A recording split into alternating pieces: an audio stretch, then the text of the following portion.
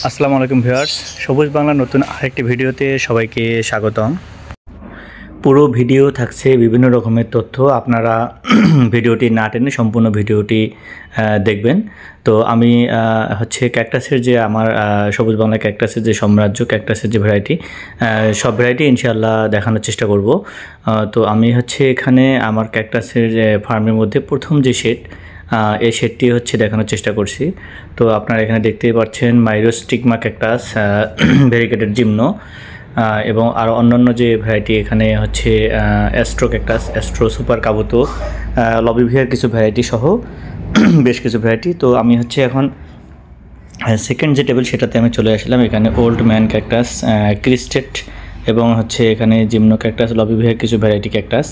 তো আপনারা দেখতে থাকেন যে ক্যাকটাস যে আমি টেবিলগুলোতে যে সারিবদ্ধভাবে রাখার কারণে যে সৌন্দর্য একটা আসছে, তো মাশাআল্লাহ অনেক সুন্দর। তো ক্যাকটাস আপনারা এখন শীতকাল, শীতে ক্যাকটাসে অবশ্যই পানি হিসাব করে দিবেন, কারণ ক্যাকটাস বেশি পানি দিলে ক্যাকটাসের শিকড়ের মধ্যে পচন ধরে যায়। তো সেক্ষেত্রে আপনার পানিটা অবশ্যই শীতকালে একটু হিসাব করবেন। আর পানি দেওয়ার নিয়মটা যদি আমি বলি, তাহলে মিডিয়া যখন একেবারে শুকে যাবে তখন আপনারা ক্যাকটাসে পানি দিবেন। আর ক্যাকটাসে এরকম যদি ছোট চারা কেউ করে থাকে সিডলিং, সেক্ষেত্রে সিডলিংয়ে একদিন পর পর বা 2 দিন পর পর পানি স্প্রে করে দিতে হবে, যাতে ছোট্ট ছোট্ট যে চারাগুলো আছে সেগুলো পানি পায় এবং শিকড়গুলো লম্বা হয়। তো এখানে হাওয়ার থিয়ার কিছু ভ্যারাইটি আপনারা দেখতে পাচ্ছেন। হাওয়ার থিয়ার নতুন কিছু এখানে ভ্যারাইটি আছে, তো মাশাআল্লাহ অনেক সুন্দর। এগুলো আমি অন্যভাবে পরে এক সময় নতুন ভিডিওতে একটা করে দেখানোর চেষ্টা করব। তো এগুলো হাওয়ার থিয়ার একটা জাত, পাশে কটন বাট লিলি এবং ফ্ল্যাপজ্যাক সাকুলেন্ট। তো আপনারা দেখতে পাচ্ছেন এগুলোতে সাকুলেন্ট শীতকালে অনেক ভালো হয়, সাকুলেন্টে কোনো সমস্যা হয় না। সাকুলেন্ট গরমের সময় শুধু মরমরে বেঁচে থাকে, কিন্তু শীতকালে এদের গ্রোথ মাশাআল্লাহ অনেক সুন্দর হয়। দেখতে পাচ্ছেন আমি আরেকটু অন্যভাবে দেখানোর চেষ্টা করছি টেবিলগুলোকে। আমার ক্যাকটাসের যে টেবিল, এটা মানকি টেইল, এর ফুলটা অসাধারণ এবং ক্যাকটাসটা দেখতে মাশাআল্লাহ অনেক সুন্দর। যখন ফুল ফুটবে ইনশাআল্লাহ আপডেট ভিডিও দিব। অ্যাস্ট্রো এবং সুপার কাবুতো ক্যাকটাসের যে সৌন্দর্য, আপনারা এগুলো দেখলে সেটা বুঝতে পারবেন যে সুপার কাবুতো এত সুন্দর হতে পারে। তো আমি চেষ্টা করছি যে অল্প একটা ভিডিওর মাধ্যমে কিছু তথ্য তুলে ধরার জন্য এবং কিছু ক্যাকটাসের নতুন নতুন ভ্যারাইটিগুলো দেখানোর জন্য।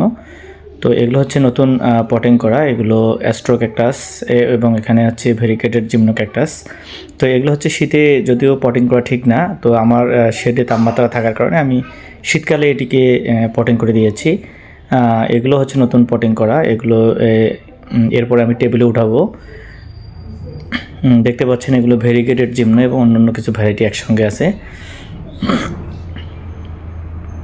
তো আপনারা আমার ফেসবুক পেজটাতে ফলো দিয়ে রাখবেন এবং ইউটিউব চ্যানেলটাকে সাবস্ক্রাইব করে রাখবেন, তাহলে আপনারা এরকম আপডেট অনেক ভিডিও, তথ্যমূলক ভিডিও পাবেন, যেটা নতুন বাগানি যারা আছেন তাদের ভিডিওগুলো অনেক সহায়ক হবে, অনেক সহযোগিতামূলক হবে।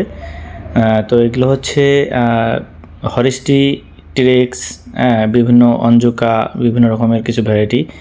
এখানে ইসোমোপসিস, পিঙ্ক কালারের ইসোমোপসিস ক্যাকটাস দেখতে পাচ্ছেন। এখানে সুপার কাবুতো এবং এর যে সিডলিং অনেক সুন্দর, এত সুন্দর হতে পারে আসলে এখানে অনেক ঘনবসতি মনে হচ্ছে দেখে। তো এগুলোকে আমি জানুয়ারি মাস, ফেব্রুয়ারি মাস থেকে শুরু করব এগুলোকে রিপোর্টিং করা। এগুলো এখান থেকে আলাদা করতে হবে, না হলে এখানে আবার খুব ওরা চাপাচাপি করে গাছগুলো উপরের দিকে উঠে আসবে।